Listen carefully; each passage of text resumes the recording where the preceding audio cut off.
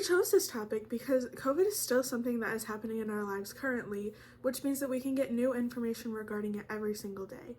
We also chose this topic because we ourselves are students, and what better to research than something that could possibly help us if we ourselves struggle with depression. The importance of this issue. As social beings, we rely on interactions with others to maintain our mental health. Closing schools and non-essential businesses severely reduce interactions. We grow through our interactions, and without in-person social activities, it seems growth has stagnated. Many things have had to go online. Zooming into a class does not have the same benefits to learning, growth, and maintaining mental health that in-person learning does. Young children have likely suffered the most, as they're at a critical stage of life where in-person interactions are critical for developing healthy social skills. The effects of the pandemic on social development and mental health won't be fully understood for some time. Mental health is suffering. So the issue of depression and anxiety during COVID-19 really relates to this course because of the fact that we are limited in our ability to see and spend time with our loved ones, family, and friends, as well as be able to meet new people in social settings where we usually would be able to, for example, school, restaurants and bars, clubs and concerts, parks, just about anywhere that people used to be able to be social. A lack of social connection can be detrimental to mental health, especially to those who are already suffering from mental illness and need social connection and the ability to meet and mingle with new people. This has been a huge transition for so many people and just a big loss. Social exchange theory is what I chose to talk about as my theory relating to this project, and this relates to our topic because it describes how relationships between different people develop.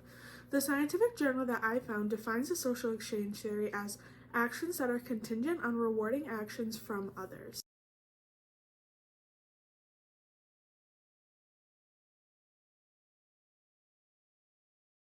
Symbolic interactionism theory is about individuals creating and maintaining society through face-to-face, repeated, and meaningful interactions. When people interact, they characterize their social reality and understand themselves by being social with others.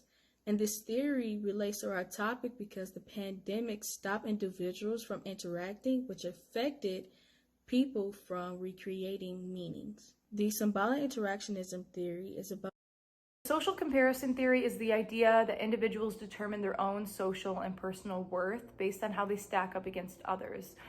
The theory was developed in 1954 by psychologist Leon Festinger. Later research has shown that people who regularly compare themselves to others may find motivation to improve, but may also experience feelings of deep dissatisfaction, guilt, or remorse. I think that many people have had much more time to spend on their phone as well as be inside lately, and much more time to be checking on social media out of boredom versus being out and kind of more present in your life.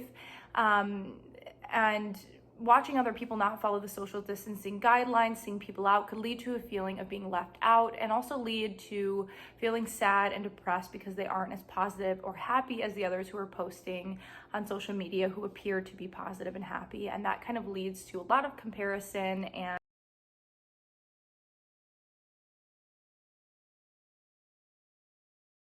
Cognitive Dissonance Theory by Leon Festinger.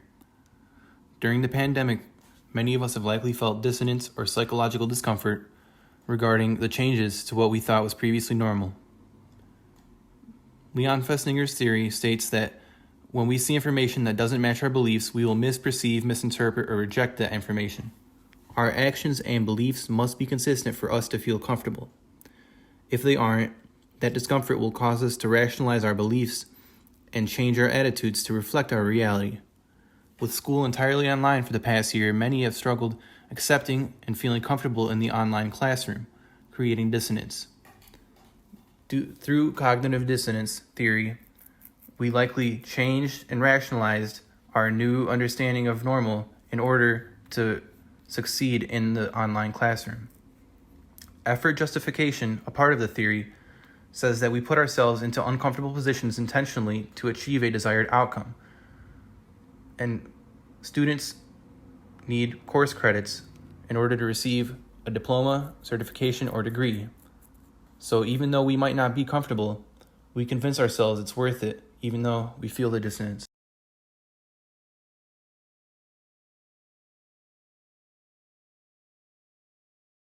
For our intervention, we've decided to create a website where people could sign up for different Zoom meetings to interact with multiple people, to share interests, group support, prayer, practice gratitude, and many more.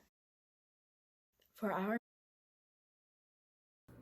Our group met with a therapist named Sam at New Oakland Family Center, and Sam said that our intervention is very useful because the need for mental health services has skyrocketed during COVID. So, New Oakland and Sam's other colleagues from other family centers have seen an influx in patients since COVID started. She thinks our intervention is a great idea because it could be especially helpful for students that have a bad home life so that they have an escape because they don't have that time in the day to go to school and get away from their home life anymore. And it allows students to meet with other students that like the same things as them and allow new friendships to grow during this hard time.